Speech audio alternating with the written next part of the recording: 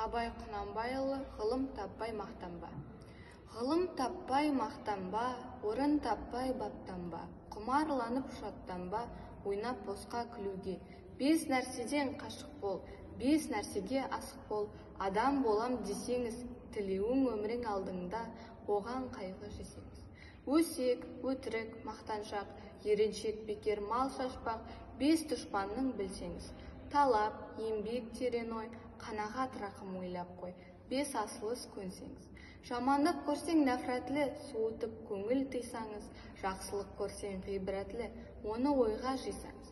Ғалым болмай немене, балалықты қисаңыз, болмасаңда ұқсаппақ, бір ғалымды көрсеңіз. Ондай болма қайда деп, айтпа ғылым сүйсеңіз. Сізге ғылым кім берер, жанбай жатып сөнсеңіз, дүниеде өзі малдозы, ғылымға көңіл бөлсеңіз. Білгендердің сөзіне махаббатпен ерсеңіз, ақыл сенбей сенбеңіз, бір іске келсеңіз. Ақсақал айтты, бай айтты, кім болса мейлі сол айтты.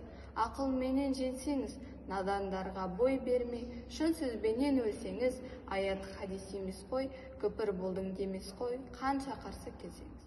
Көп орында көрін айтпа, біздің сөзге ерсеңіз.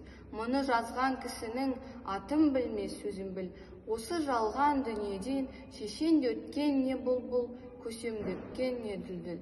Сөз мәнісін білсеңіз, ақыл мизан өлшеу қыл. Егер қисық көрінсе, мейлің таста, мейлің күл. Егер түзу көрінсе, ойлап-ойлап құлаққа үл. Ақымақ көп ақылдас, деме көптің сөзі бұл.